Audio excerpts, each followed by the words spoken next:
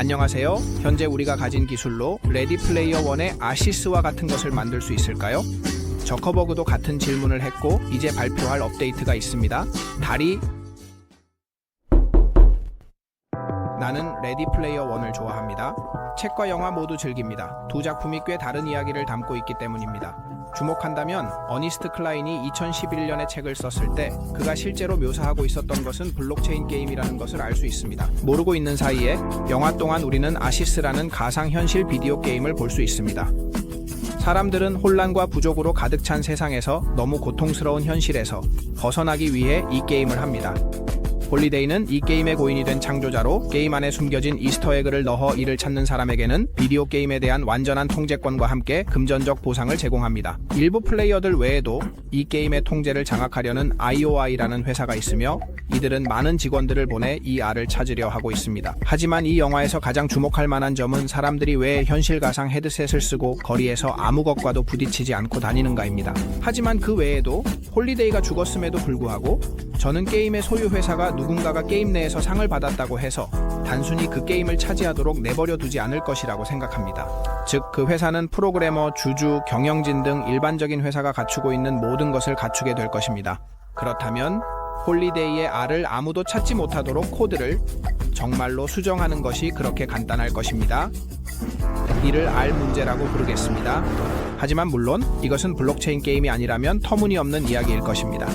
이런 종류의 게임에서는 원하는 대로 변경할 수 없기 때문입니다.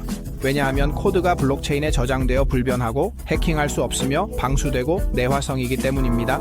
하지만 이것이 사실일까요? 아닙니다. 레디 플레이어 1과 같은 게임을 만들어서 회사가 통제하지 않는 세계, 즉 분산된 서버가 존재하고 아무도 실제로 통제하지 않는 세계가 있다면 그 아이디어는 솔직히 저에게 정말 매력적입니다. 그리고 만약 제가 직접 뇌에 연결되어서 게임을 할 수 있다면 그렇게 할 것입니다. 그건 말도 안 됩니다. 우리는 비인간화될 것입니다. 당신은 현실 세계를 잊고 있습니다. 무엇이 중요한가요? 여러분은 현실 세계를 과대평가한다고 봅니다. 자, 정말로 분산된 게임을 만드는 것이 가능할까요?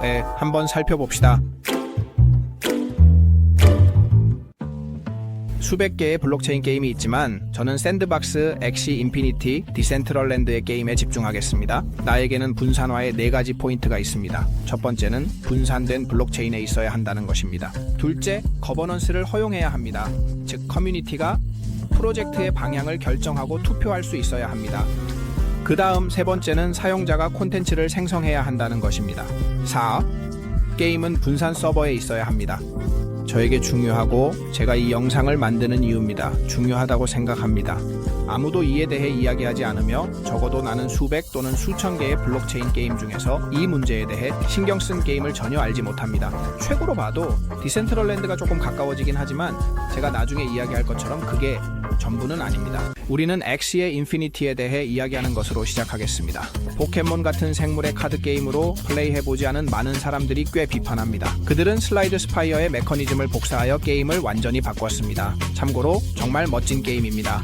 분명히 분산형 엑시 인피니티입니다. 그의 블록체인에는 약 1년 전 해킹을 당하기 전까지 몇몇 검증자가 없거나 2명밖에 없었고 지금은 몇 명 더 생겼습니다. 그럼 이 부분은 시도해볼 수 있다고 하죠.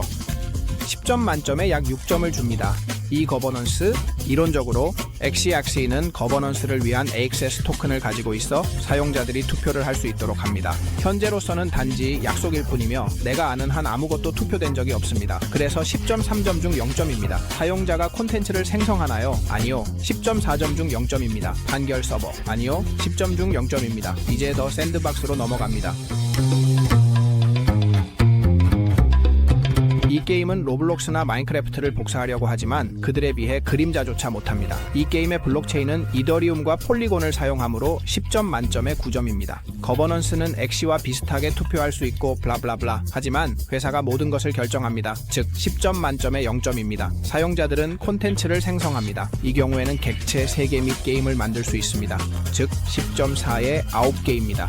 분산 서버, 그렇다면 0에 10입니다. 디센트럴랜드. 그의 블록체인은 이더리움과 폴리곤입니다. 10.2 거버넌스에서 9점입니다. 거버넌스 시스템이 있으며 사용자들이 결정을 내리기 위해 투표할 수 있지만 몇 가지 부족한 점이 있습니다. 그래도 꽤 괜찮습니다. DAO입니다. 10.3에서 8점입니다. 사용자들이 콘텐츠를 생성합니다. 네, 5000다이는 자신만의 경험, 장소, 카지노 및 기타 것들을 만듭니다. 10.4개의 분산 서버 중 8개는 플레이어가 개인 서버를 설정할 수 있어 플레이어가 구매한 구역에서 서로를 정확히 볼 수 있습니다. 즉, 제 의견으로는 상당히 부족한 시스템이지만 다른 시스템들이 단순히 그것을 만든 회사의 서버인 것에 비해 훨씬 더 분산화되어 있습니다.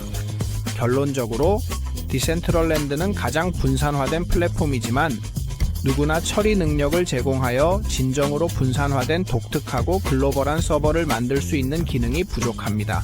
게임으로서 가치가 없고 극도로 지루하며 그래픽적으로도 그다지 매력적이지 않다는 점에서 실패하고 있습니다.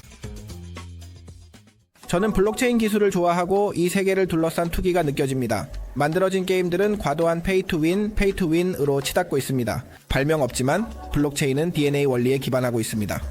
정보를 세포에 반복 저장해 일부가 손실되더라도 정보를 보존합니다. 이것은 터무니없는 에너지 낭비입니다. 자연이 잘 작동하고 절약하는 방법을 알고 있을지도 모릅니다. 블록체인 기술은 우리를 부패 없는 세상으로 이끌 수 있으며 모든 사람이 공공장부를 볼 수 있고 투표가 투명하며 중개자 없이 거래 계약을 체결하고 사기를 만들 수 있습니다.